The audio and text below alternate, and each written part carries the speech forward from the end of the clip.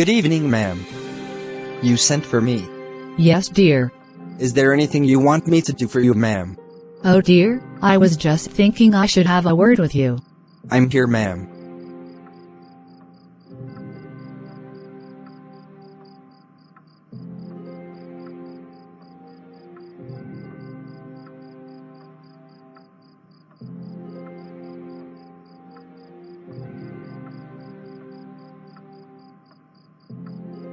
Do you know you're such a handsome young man?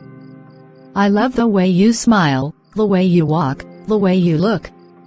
You are such a sweet man, Joseph. Thank you, ma'am. Please, ma'am, I left the work my master gave me undone.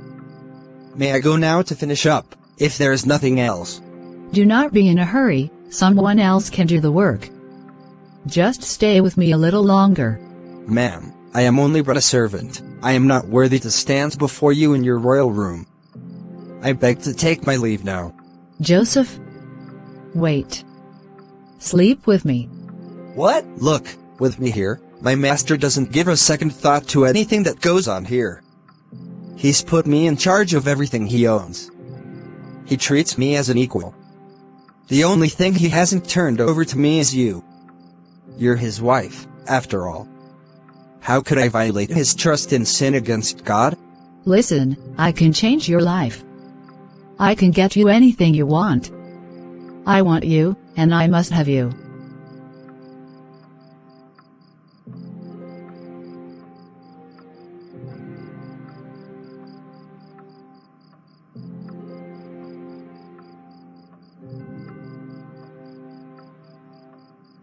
It is wickedness, ma'am. And I will not be a part of it. Excuse me. I will ruin your life, Joseph, if you move an inch out of this place. Who are you to tell me what is wickedness, and what is not? I brought you here. Feed you, clothe you and shelter you. You are a nobody. You can't disrespect me. I can make you, and I can break you. Ma'am, I respect your position and as my master's cherished wife, which is more reason I would not do such wickedness against my master and my God. There is nothing my master has not given me. I'm sorry, but I can't. My lord. My queen. That Hebrew slave you've brought into our house tried to come in and fool around with me. But when I screamed, he ran outside, leaving his cloak with me. What? Guard. Get me Joseph right now. You will rot in jail, Joseph, for defying my rules. How dare you get into my room to harass my wife? What did I not give you? Why did you also want my wife? My master, that was not so. Guards. Lock this man up in the prison. And keep your eyes on him.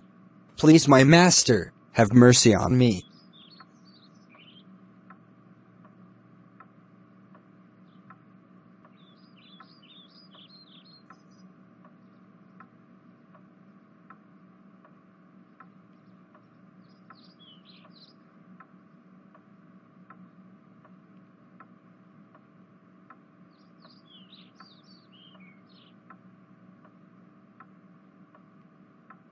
O God, you are my Lord. You are a faithful judge. Please vindicate me. I have done nothing wrong to be imprisoned. You know I am innocent. Please, dear Lord, take me out of this place.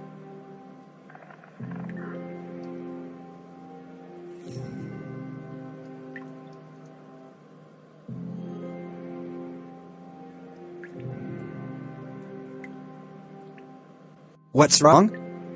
Why the long faces? We dreamed dreams and there's no one to interpret them. Don't interpretations come from God? Tell me the dreams. In my dream there was a vine in front of me with 3 branches on it. It rooted, blossomed, and the clusters ripened into grapes. I was holding Pharaoh's cup. I took the grapes, squeezed them into Pharaoh's cup, and gave the cup to Pharaoh. Here's the meaning. The 3 branches are 3 days. Within 3 days, Pharaoh will get you out of here and put you back to your old work. You'll be giving Pharaoh his cup just as you used to do when you were his cue-bearer. Only remember me when things are going well with you again. Tell Pharaoh about me and get me out of this place. I was kidnapped from the land of the Hebrews. And since I've been here, I've done nothing to deserve being put in this hole. My dream went like this. I saw 3 wicker baskets on my head. The top basket had assorted pastries from the bakery and birds were picking at them from the basket on my head. This is the interpretation. The 3 baskets are 3 days. Within 3 days, Pharaoh will take off your head, impale you on a post, and the birds will pick your bones clean.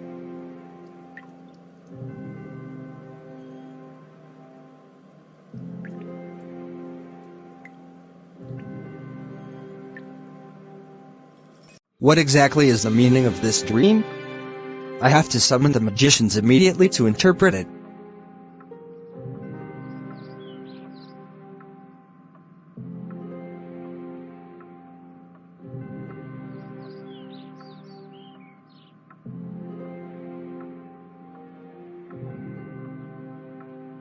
Guard. My king. Summon all the magicians here now. Yes, my king.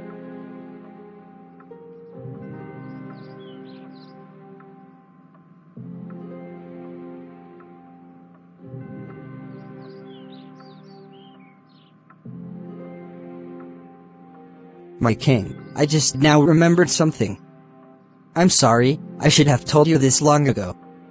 Once when the king got angry with his servants, he locked me and the head baker in the house of the captain of the guard. We both had dreams on the same night, each dream with its own meaning. It so happened that there was a young Hebrew slave there with us. He belonged to the captain of the guard. We told him our dreams and he interpreted them for us, each dream separately. Things turned out just as he interpreted. I was returned to my position and the head baker was impaled. Summon him immediately.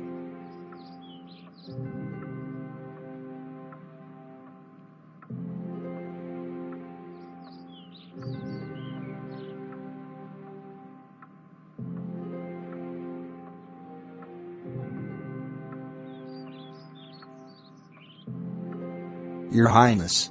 Are you Joseph? I'm Joseph, your humble servant, your Highness. I dreamed a dream, nobody can interpret it. But I've heard that just by hearing a dream you can interpret it. Not I, but God. God will set the king's mind at ease. In my dream I was standing on the bank of the Nile.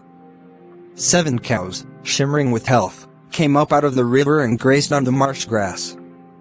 On their heels 7 more cows, all skin and bones, came up. I've never seen uglier cows anywhere in Egypt.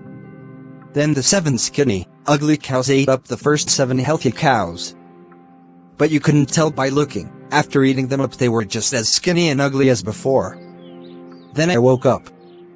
In my second dream I saw 7 ears of grain, full-bodied and lush, growing out of a single stalk, and right behind them, 7 other ears, shriveled, thin, and dried out by the east wind. And the thin ears swallowed up the full ears.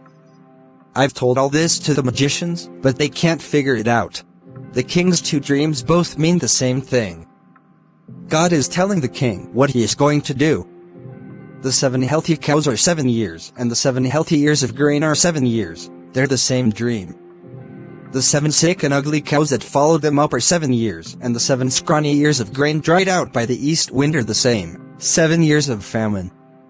The meaning is what I said earlier, God is letting the king in on what he is going to do. 7 years of plenty are on their way throughout Egypt. But on their heels will come 7 years of famine, leaving no trace of the Egyptian plenty. As the country is emptied by famine, there won't be even a scrap left of the previous plenty, the famine will be total. The fact that the king dreamed the same dream twice emphasizes God's determination to do this and do it soon. So, the king needs to look for a wise and experienced man and put him in charge of the country. Then the king needs to appoint managers throughout the country of Egypt to organize it during the years of plenty. Their job will be to collect all the food produced in the good years ahead and stockpile the grain under the king's authority, storing it in the towns for food. This grain will be held back to be used later during the 7 years of famine that are coming on. This way the country won't be devastated by the famine. Isn't this the man we need? Are we going to find anyone else who has God's spirit in him like this? You're the man for us. God has given you the inside story. No one is as qualified as you in experience and wisdom. From now on, you're in charge of my affairs. All my people will report to you. Only as king will I be over you. I'm putting you in charge of the entire country of Egypt. I am Pharaoh, but no one in Egypt will make a single move without your stamp of approval.